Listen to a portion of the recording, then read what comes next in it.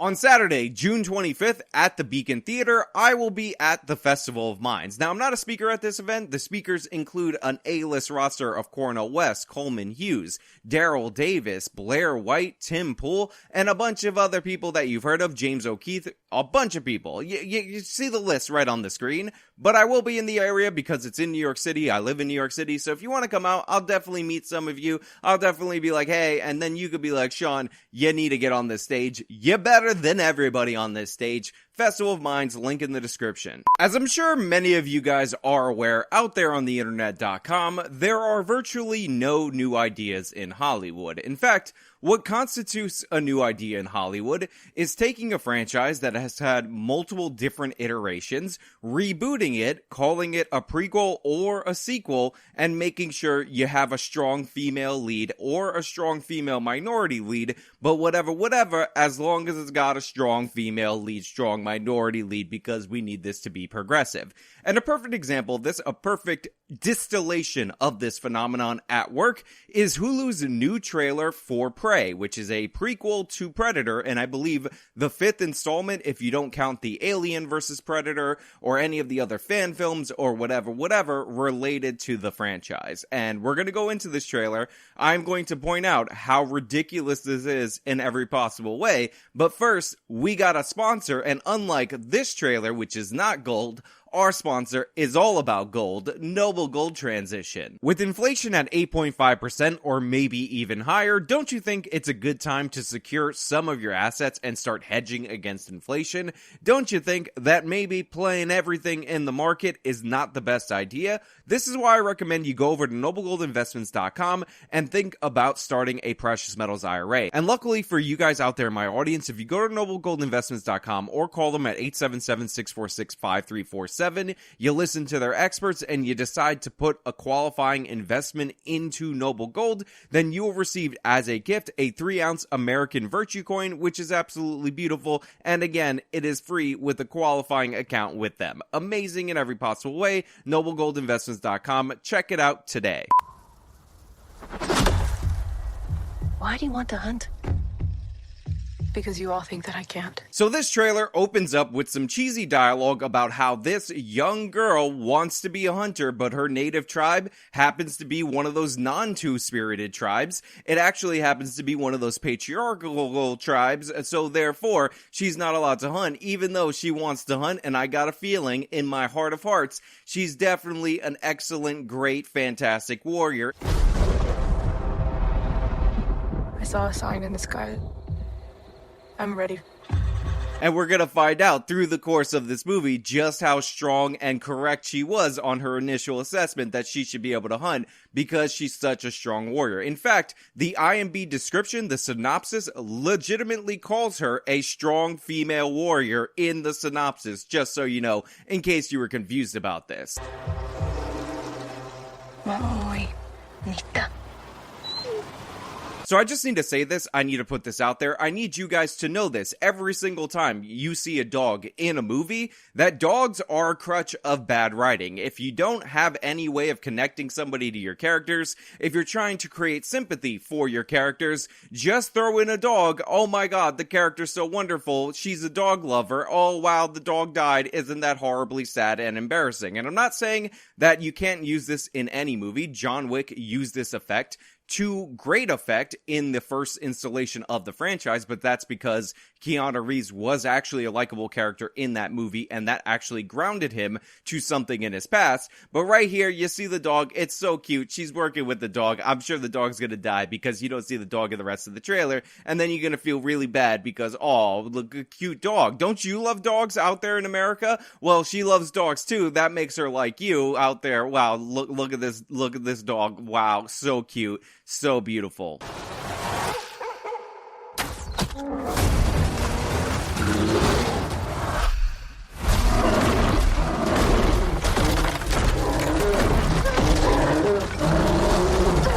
So we see our main character, strong female Native American woman who is stunning and brave and beautiful, shoot a bear the arrow hit the bear, and then the bear chases her into a wooded thing, and it just goes to show us all out there in the audience that she's not the great hunter that she believes she is. Why is she hunting a bear alone? This makes no sense. What was her plan when the first arrow didn't hit? Obviously nothing, and it's a bit embarrassing.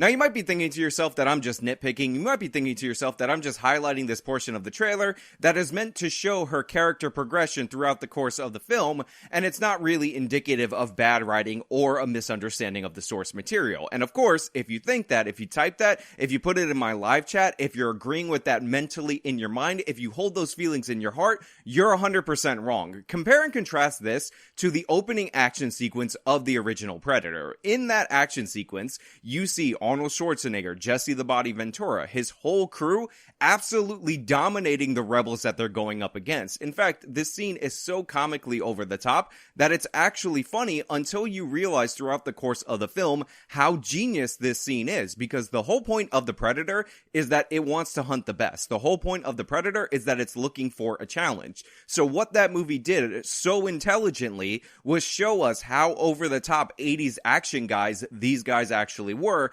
before the Predator disassembled them one by one. Compare and contrast this to a scene like the opening scene from Avengers Infinity War, where Thanos, in single combat, beats down the Hulk without using a single Infinity Stone. The reason this scene is so effective is because we've seen the Hulk dominate throughout the course of time that he's been in the MCU, and Thanos, this new up-and-comer, stomps him out without any assistance from the magical Infinity Stones. This scene would not work if instead of the Hulk in single combat, Thanos was fighting Hawkeye's kid sidekick from the Hawkeye TV show. So you need to understand what the point of establishing an opening scene and establishing a threat actually is before you craft your scenes around these cliches about how this girl can't even stop a bear, but somehow she's going to be able to stop the Predator.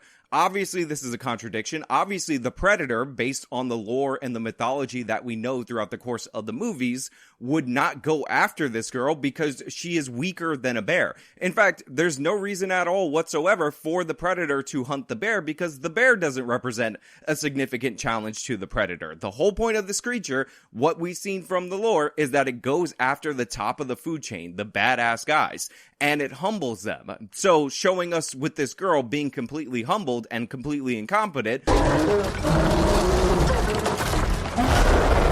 dilutes the entire premise of the Predator from the jump, and yes, it is important, and yes, it's unforgivable. There's something out there. I'm coming with you. You can't.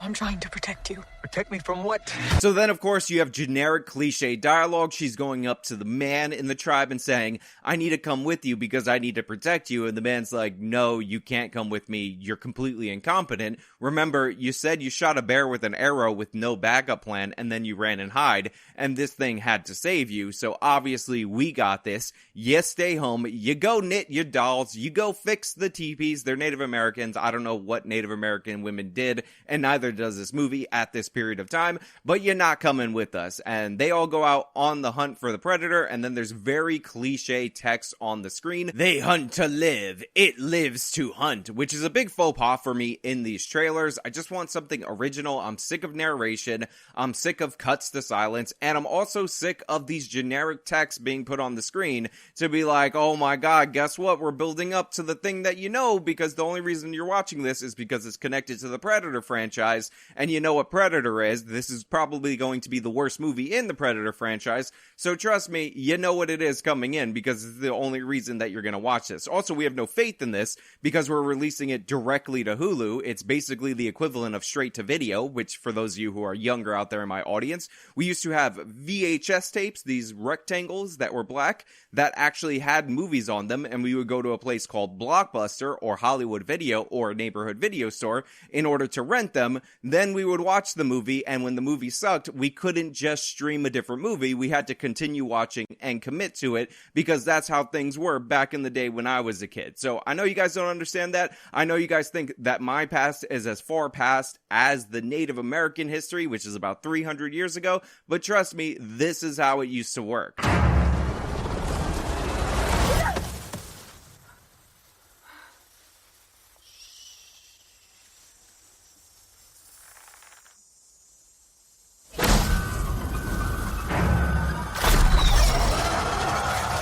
Now, a lot of people have talked about how a predator would do in different environments, different eras of technology, and this, for some reason, is considered a very interesting concept to people out there to debate online, especially when it comes to movies. But here's the thing. It's actually not that interesting. The predator carries an atomic bomb on his wrist, meaning that there's no way that these natives with bows and arrows are going to be able to stand up to the predator. So while it might be entertaining to watch this thing slaughter everything in this movie, it doesn't really work in the way that you think it works. It's like all those people who thought Terminator would be really good if we saw the future, the Terminator timeline, when everybody's used to killing the Terminators. But in reality, Terminator works best when you have one of these indestructible things in the past, mucking up the past, and nobody has any idea how to deal with it. Predator works against the current top peak level of our military technology, because that shows us what a threat he actually is. If we see Predator lose to bows and arrows and axes made of stone, he doesn't seem to be like that big of a threat when you forward him into the future and people are shooting at him. It knows how to hunt. I know how to survive. Again, we have more cliche dialogue about how it knows how to hunt, but I know how to survive. And obviously the answer to this is no, you don't. You definitely don't. You're basically a Darwin Award winner. Remember when you shot the bear with an arrow with no backup plan and you had to hide in the trees and the bear would have killed you if not for the predator. Now, while the opening bear scene is unforgivable, as I've stated a couple of times throughout the course of this video, because it means when the predator starts killing these people who aren't even competent enough to kill a bear, you don't really feel the impact of that. I do have to give them credit for actually showing the predator's blood. Now, I know this is a reference, this is a callback to the original Predator, but the reason that scene was crucial is because the Predator works better when you feel like you have a chance at killing him. I remember, I think it's the Shane Black directed version of the Predator, where they're just shooting the thing and bullets are bouncing off of it left and right, and it's essentially indestructible like Superman, and that takes the tension out of the movie because you're like, well, there's no real way that these humans can fight back against it. At least in the original movie, they theoretically had a shot, thus making the scenes more tense. So they try to recreate it in this movie, but all the other factors in this movie completely undercut the chances of this actually being good, and we're gonna get into a few more of them because this trailer is about to get ridiculous. Knows how to hunt. I know how to survive.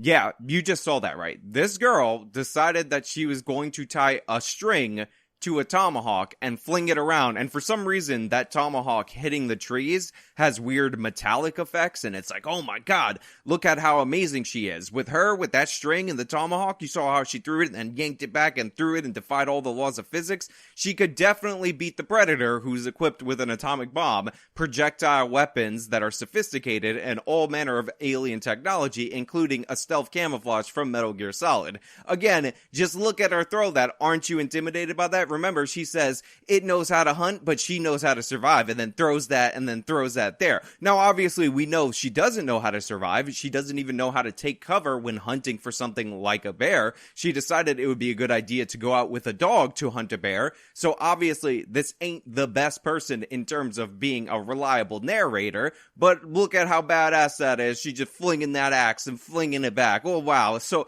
amazing. Strong woman, man. Like, wow. This is like the equivalent right here of seeing the 80s action heroes fight against the Predator. This girl throwing an axe into a tree with minimal technology. I'm sure the atomic bomb that the Predator has totally don't stand a chance against this. I mean, come on.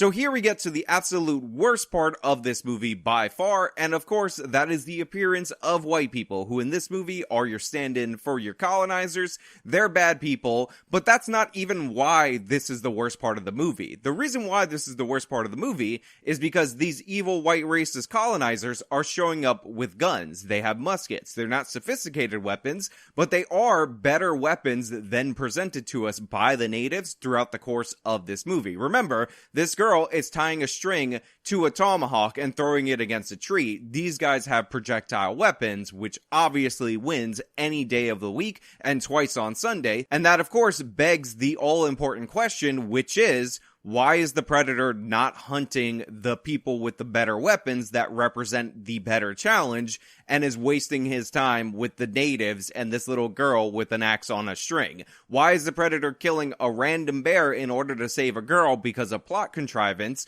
when you have these people who are more sophisticated, more organized, have better technology, and thus represent a better threat? Now, of course, the Predator is going to kill all of these white people. They're all irredeemably racist and bad. They're all evil white men, and we all know that evil white men are evil, white, and racist. They're all of those things. But the thing is, this is a Predator movie. He should be going after the dominant threat. This is like watching the Predator go after the villagers that were being slaughtered by our team, by Arnold and his crew in the beginning of the movie. Obviously, they are not as sophisticated as the Commandos. Obviously, they are not as big a threat as the Commandos. Obviously, they're not as big a challenge as the Commandos, but sure, we're supposed to just accept that they're not fighting against the colonizers, the evil colonizers. The Predator's going after the natives because the natives are just, I guess their bows and arrows are even more effective. I guess they won the wars between the colonizers because their bows and arrows and their tomahawks on strings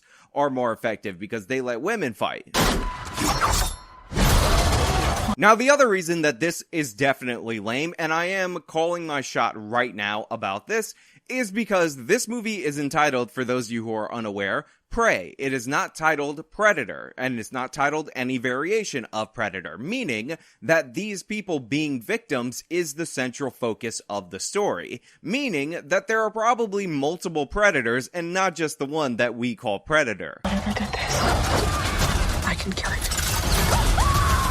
You already know, for a fact, from watching this trailer, that the real threat to the Native Americans, the real problem that they're going to be facing, the real predator in this situation, are the evil white racists, are the colonizers. This movie isn't a Predator movie. This is oh my god, aren't natives in such a bad position because white people are so bad kind of movie. And maybe, just maybe, after the Predator wipes all of them out, the native will get pieced with the Predator. They will realize that they are symbiotic and kill off all the colonizers, or at least the ones in the immediate area, or something. You know, the plot is going to get totally derailed at somewhere around the midpoint to the second to third act, and this is what you're going to be dealing with. And even if they do stay focused on the Predator, you're going to hear dialogue about how, oh, we're so worried about this alien, but we got all these European aliens coming over here and destroying our land and our nature, and so bad, white people, man. I don't know if you guys know this,